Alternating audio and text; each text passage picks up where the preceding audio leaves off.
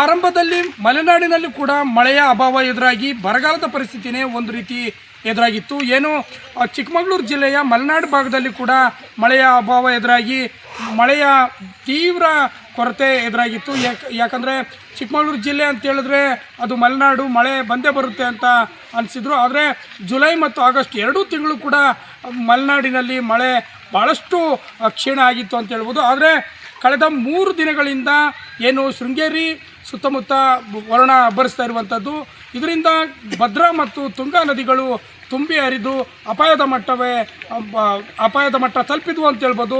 ನಾವೀಗ ಭದ್ರಾ ನದಿಯ ತಟದಲ್ಲಿದ್ದೀವಿ.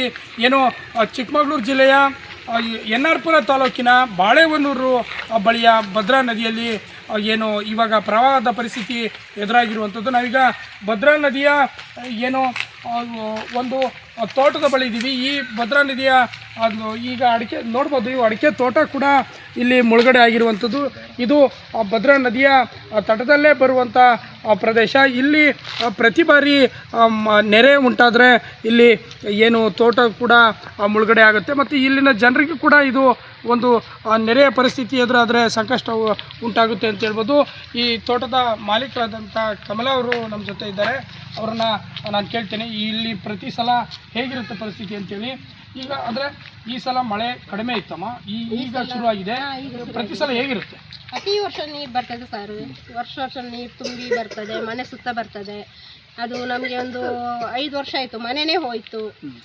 ಆಮೇಲೆ ಮನೆ ಕಟ್ಟಿ ಅದ್ರ ಮೇಲೆ ಸುತ್ತ ಮನೆ ನೀರು ಬರ್ತದೆ. ಎಲ್ಲರಿಗೆ ಒಂದು 4-5 ಮನೆಗೆ ಇಲ್ಲಿ ನಮಗೆ ತೊಂದರೆನೇ ಸರ್. ಈಗ ಒಂದು ಅಂದರೆ ನದಿಯ ಪಕ್ಕದಲ್ಲೇ ಮನೆ ತೋಟಗಳು ಇರೋದ್ರಿಂದ ಸಮಸ್ಯೆನಾ, ಅಥವಾ ಈ ಸಮಸ್ಯೆಗೆ ಯಾರು ಸ್ಪಂದಿಸಿಲ್ವಾ? ನದಿ ಪಕ್ಕದಲ್ಲೇ ಮನೆ ಇದೆ, ಎಂತ ಮಾಡೋಕ್ಕೆ ನಮಗೆ ಒಂದು ಮನೆ ಒಂದು 5 ಇಂಚ್ ಜಾಗ ಕೊಟ್ಟರೆ ನಮಗೆ ಒಂದು ಮನೆ ಕಟ್ಟಿ ಕೂರ್ಬೋದು ಮಳೆ ಟೈಮಲ್ಲಿ. ಯಾರು ಕೊಟ್ಟಿಲ್ಲ ಸರ್ ನಮಗೆ. ಅಂದರೆ ಈಗ ನೀವು ಬೇರೆ ಕಡೆ ಹೋಗ್ಲಿಕ್ಕೆ ರೆಡಿ ಇದ್ದೀರಿ, ಆದರೆ ವ್ಯವಸ್ಥೆ ಬೇರೆ ಕಡೆ ಸರಿಯಾದ ವ್ಯವಸ್ಥೆ ಮಾಡಬೇಕು ಅಂತ. ಬೇರೆ ಕಡೆ ಒಂದು ಮನೆ ಕಟ್ಟಕ್ಕೆ ನಮಗೆ ಕೊಟ್ಟರೆ ಒಂದು 5 ಇಂಚ್ ಜಾಗ ಕೊಟ್ಟರೆ ನಮಗೆ ಸಾಕು ಮನೆ ಕಟ್ಟಕ್ಕೆ. ಮತ್ತೆ ಬೇಕಾದ್ರೆ ಒಂದು ತೋಟಕ್ಕೆ ಇಟ್ಕೊಂಡು ಬರ್ತೀವಿ ನಾವು. ಇದು ಏನು ಮಲೆನಾಡು ಭಾಗದಲ್ಲಿ ಸರ್ವೇ ಸಾಮಾನ್ಯವಾಗಿ ಕೇಳುವಂಥ ಒಂದು ಸಮಸ್ಯೆ ಏನು ಅಂದರೆ, ಪುನರ್ವಸತಿಗೆ ಮಲೆನಾಡಿಗರು ಕೂಡ ರೆಡಿ ಇದ್ದರೂ ಕೂಡ ಬೇರೆಡೆ ಜಾಗ ಕೊಡುವಂಥದ್ದಕ್ಕಾಗಲಿ ಅಥವಾ ಇವರನ್ನು ರಿಹ್ಯಾಬಿಲಿಟೇಟ್ ಮಾಡಲಿಕ್ಕೆ ಏನು ಜಿಲ್ಲಾಡಳಿತ ಸರಿಯಾದ ಕ್ರಮ ಕೈಗೊಳ್ಳದೇ ಇರುವಂಥದ್ದು, ಇವರು ಪ್ರತಿ ವರ್ಷ ಈ ರೀತಿಯ ಸಮಸ್ಯೆಯನ್ನು ಎದುರಿಸೋದಕ್ಕೆ ಕಾರಣ ಆಗಿರುವಂಥದ್ದು. ಕ್ಯಾಮ್ರಾಮನ್ ಪವನ್ ಶೆಟ್ಟಿ ಜೊತೆ NK ಗೋಪಿ, TV5 ಕನ್ನಡ, ಚಿಕ್ಕಮಗಳೂರು.